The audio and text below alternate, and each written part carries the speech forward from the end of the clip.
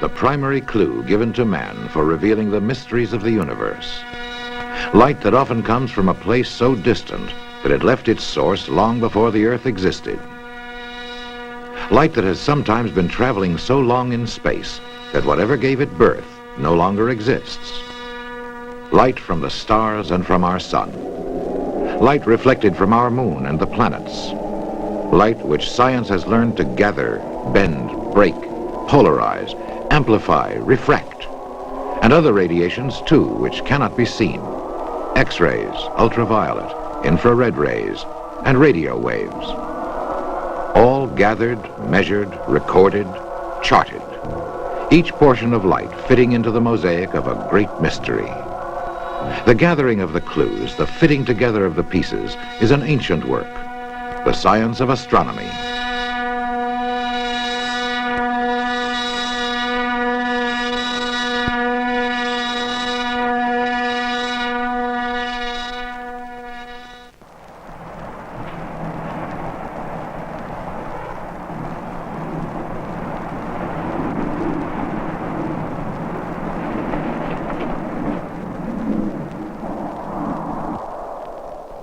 For 3 years, astronomers searched for a place where the clues of light could be gathered, a site for a national astronomical observatory. It must have clear weather and still air. It must be away from the path of dust storms, patterns of fog, vapor trails of aircraft, the lights and pollution of cities. The search covered 150 mountain ranges and ended at a peak significant in the religious tribal lore of the Papago Indians of Arizona. Here, where the Quinlan Mountains jut from the Sonora Desert, is Kitt Peak.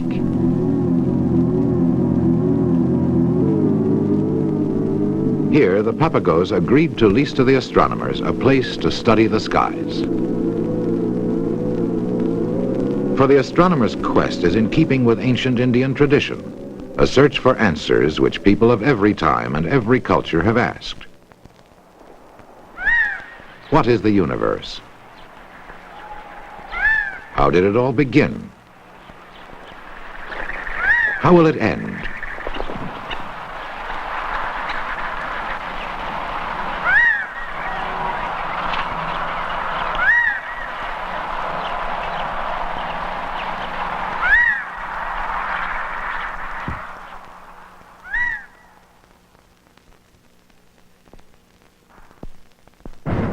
To this observatory, owned by the American people, come the questions from scientists and laymen, from philosophers and children.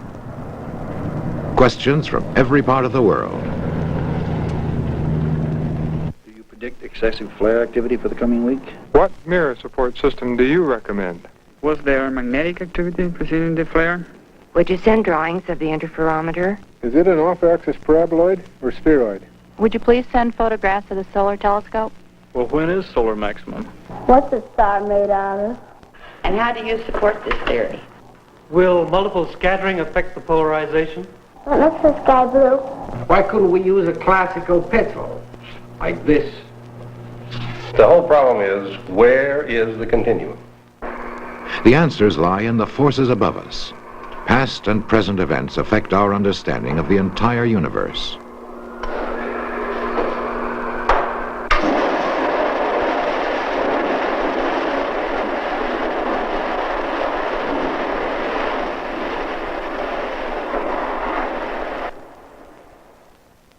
The person who searches for those answers at Kitt Peak is far removed from that image of the astronomer of long ago, the bearded old gentleman in a swallowtail coat and stovepipe hat, spending the night on a high stool, peering through a brass eyepiece. Today, only the beard may remain. The swallowtails have given way to the parka and electric suit as protection against the cold night winds sweeping the open dome. The stovepipe hat is now often replaced by the hard hat, protection against the knobs, dials, pipes, and gauges protruding from the telescope. The stool is rarely used, simply because there is no more room on the platform. The brass eyepiece, in its place are sensitive radiation detectors and the photographic plate. But the telescope itself, for all its refinements and sophisticated instrumentation, remains basically what it has been since the 17th century days of Galileo, a device for the gathering and concentration of light. The 84-inch mirror at the National Observatory gathers the light of a star, making it more than 50,000 times brighter than it would be to the naked eye. This perfectly balanced instrument fixes in the astronomer's view a constant point in space, or tracks a planet on its own course as the Earth turns through the nighttime sky.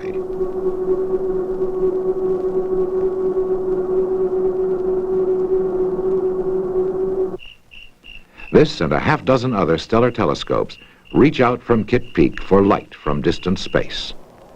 Light for scientists working with different questions and projects and problems.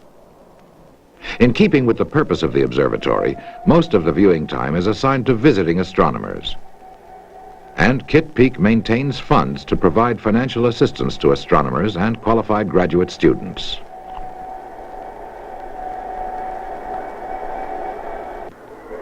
Modern astronomers spend little time actually looking through the telescope. They're too busy with instruments that can do the looking better than they can. Photoelectric photometers measuring the brightness and colors of the stars. Image intensifiers to electronically record objects fainter than the dark night sky. Spectrographs spreading starlight out into a spectrum revealing dozens of clues about a star: temperature, chemical composition, movement, speed.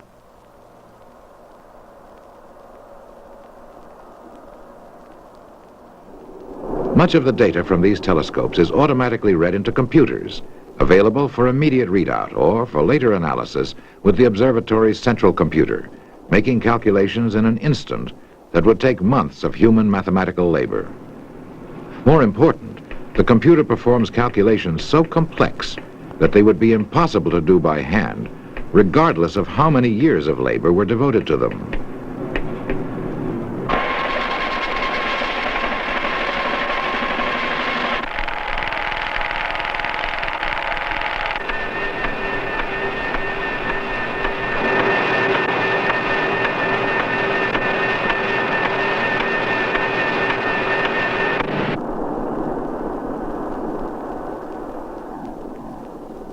But all the exotic tools and technology cannot duplicate this, the creative process of a person thinking.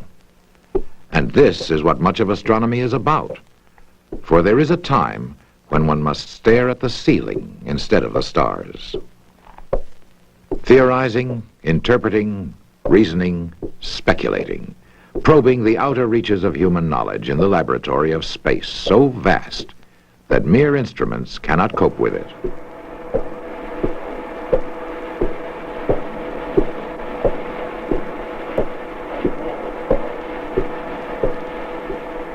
What you want to know is where In their particulars, the thoughts and theorems of the astronomer may be comprehensible only to another astronomer. Is not to do anything more but to get the maximum sensitivity to an atmosphere, regardless of what it's made of and regardless of what its structure is. It's just to detect the minimum atmosphere.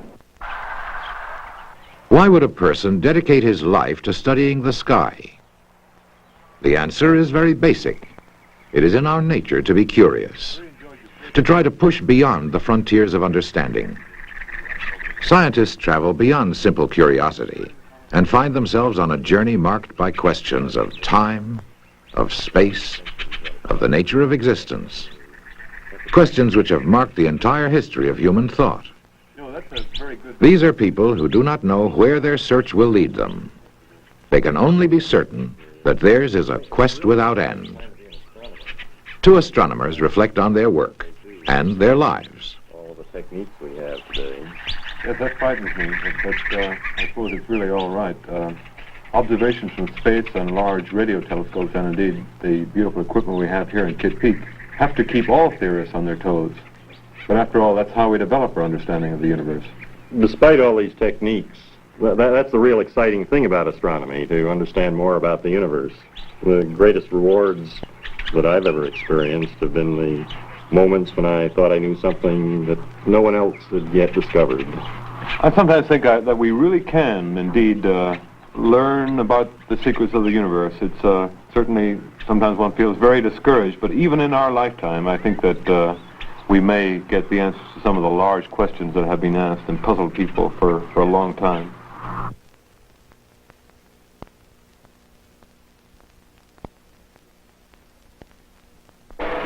The discoveries made here become the property of all mankind. For not only is equipment and advice available to any qualified astronomer, but the findings are published, drawings, photographs, and designs are reproduced. Studies are passed along to all who request them. Many of the astronomer's answers, and indeed some of his questions, have application in fields far from astronomy. The nuclear physicist, the mineralogist, the life scientist, the ecologist, the aerospace specialist. The work of all is in some way affected by what the astronomer finds as he fits together the puzzles of cosmic events far from our Earth. Because of its mechanical and optical quality and the versatility of its accessories, the 84-inch telescope at Kitt Peak is one of the most powerful on Earth. Okay, I'm ready. So, just keep the sun.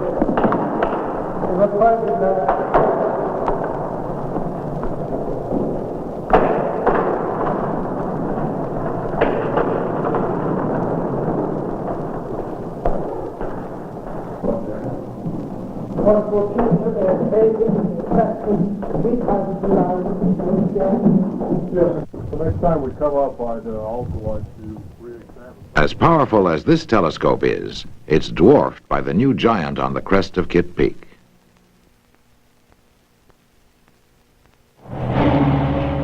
It was 12 years in design and development. Construction alone took 4 years.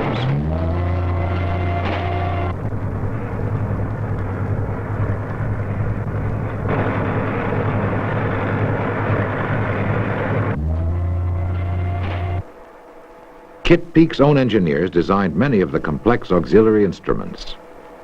Most of them were built in the Kitt Peak Instrument Shop, where instrument makers could consult directly with visiting and staff astronomers, opticians, electronics technicians, design engineers, specialists whose requirements often demand of their art accuracy within unheard-of tolerances. As the dome took form, 19 stories high, the heart of the telescope was being prepared. A 4-meter mirror made of fused quartz, well over $1 million worth. 15 tons of fused quartz floating delicately on a cushion of air as it was meticulously ground and polished. The tolerance, 1/1,000,000th of an inch. A margin of error comparable to splitting a human hair 1,000 times.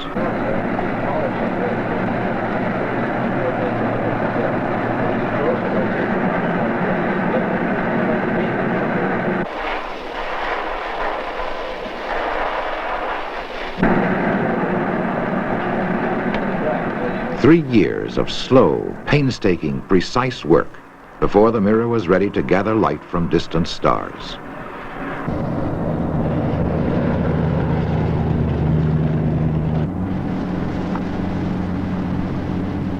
The first of a new generation of large telescopes, the Mayall 4-meter telescope, was completed in 1973. Its 375-ton bulk so perfectly balanced that it is moved by a small motor. Its guidance system so precise that often during morning hours it detects thermal radiation from infrared stars it cannot see. Then locks on as the huge mirror gathers information about the evolution of these mysterious objects. During the day, technicians and maintenance crews prepare the telescope for the night work.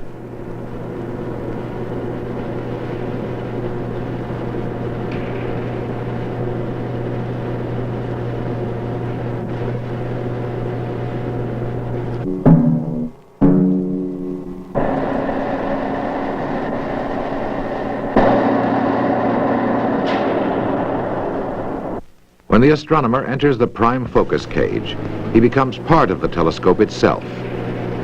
To grasp how powerful this instrument is, think of the dimmest star that you can see in the sky with the naked eye.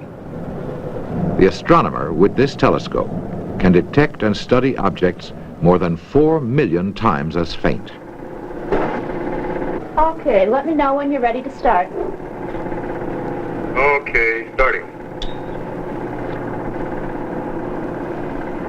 Good, we're going on a 15-minute exposure. Do you have the sensitometer on?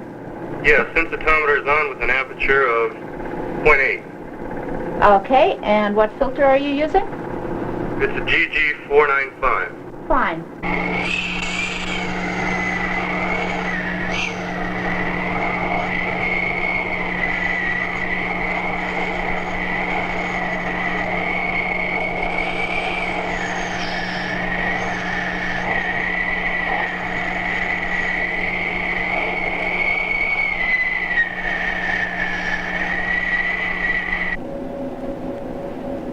This telescope was designed for rapid changeover of certain instrumentation, allowing more than one observing program a night. Successful innovations on this 4-meter telescope were incorporated in its twin 4-meter at the Cerro Tololo Inter-American Observatory in the lower Andes of Chile. Identical telescopes searching the skies over both hemispheres. I think I had a pretty good run.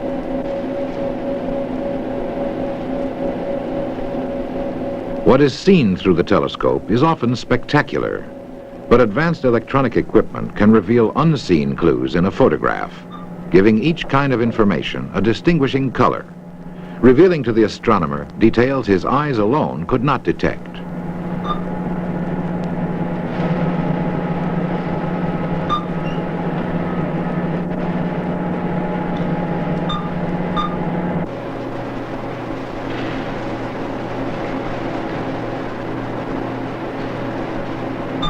Color holds the key to other secrets, too. To unlock those mysteries, scientists break the light into a spectrum by reflecting it off a mirror with thousands of tiny grooves on its surface. This special type of mirror is called a grating, in some ways more efficient than a prism. A grating is made by scribing the mirror surface with a diamond, ruling many thousands of parallel lines every inch. The machinery that does the job is one of the most precise mechanical instruments ever built. This microscopic task is so demanding that the expansion or contraction of metals in the machinery is a factor. The temperature of the laboratory must be controlled to within a few hundredths of a degree. The temperature inside the cover to a few thousandths of a degree. After 9 days of precise scribing, the diamond has traveled 17 miles across the grating's surface.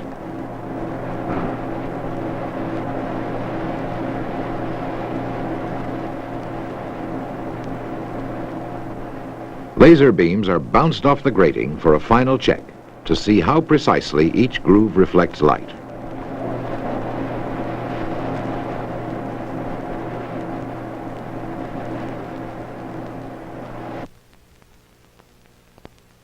This is only one project of many for the opticians whose work is at the very heart of astronomy.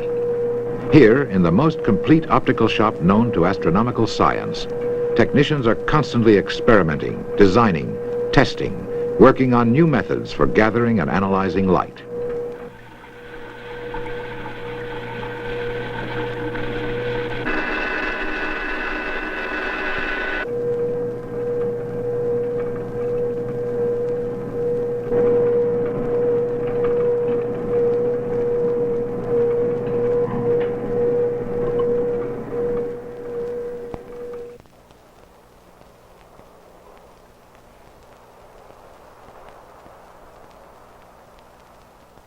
To man, the most powerful light of all, the sun. This is the life giver, the source not just of light, but of warmth, of energy, of the essence of our existence. Yet we have only begun to discover its secrets. To learn the lessons the sun can teach, the largest and most powerful solar telescope on Earth has been erected at Kitt Peak. More than half its length is tunneled deep into the solid stone depth of the mountain.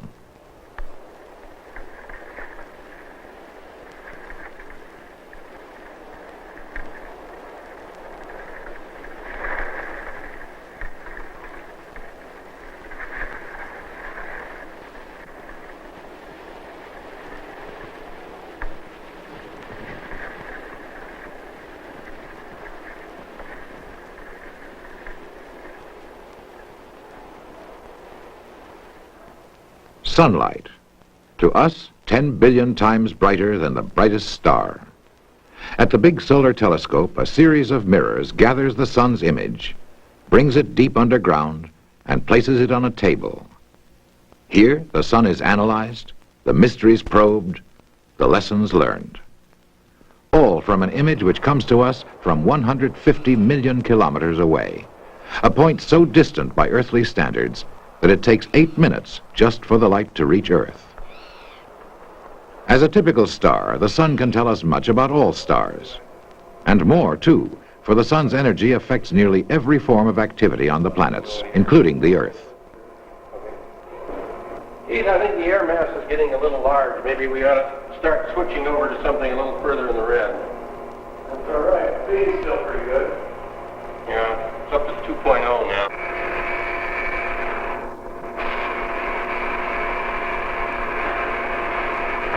All set, Keith. Is that the phase pressure yet?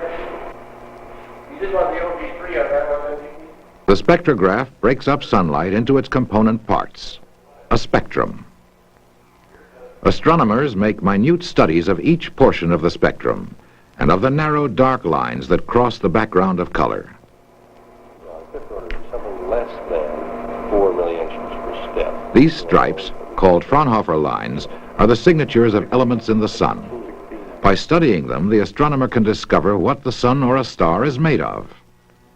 Many elements have been identified in the sun, including the very fuel which it burns, hydrogen. There are enormous amounts of hydrogen in the sun, but the supply won't last forever. Astronomers now believe that the hydrogen will change to helium, and then, just as other stars have done, the sun will become unstable. It will expand violently. Its outer layers will engulf the Earth and most planets.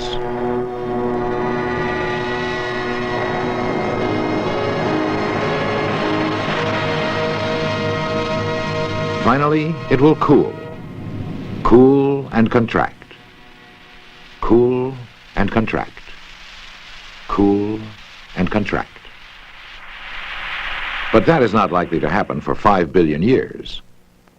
Until then, the sun remains the source of life and of knowledge of some of the basic forces at work in the universe.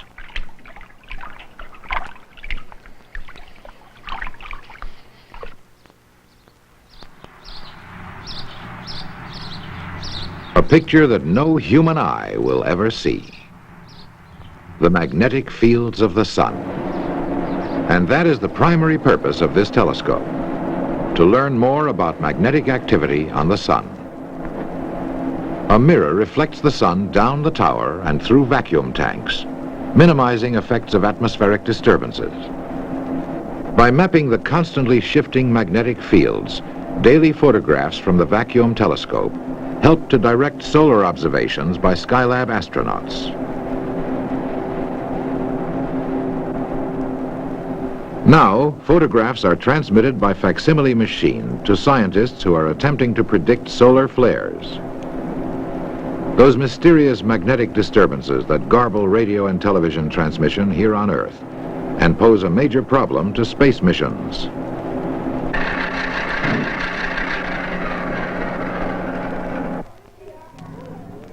There is so much in the future of this ancient science, a legacy today's astronomers will pass on to tomorrow's. Those who in the future enter astronomy will find it an awesome science. All the cosmos will be their subject. All of space, their laboratory. They will find their boundaries marked only by time.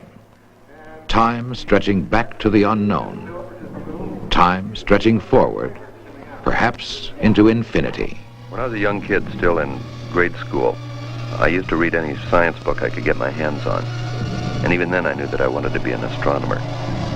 And it occurred to me that if we could learn more about our universe and where our sun and our Earth and where we fit in, we could understand more about us. What are we? Are we unique? Are we alone? Where are we going? And why?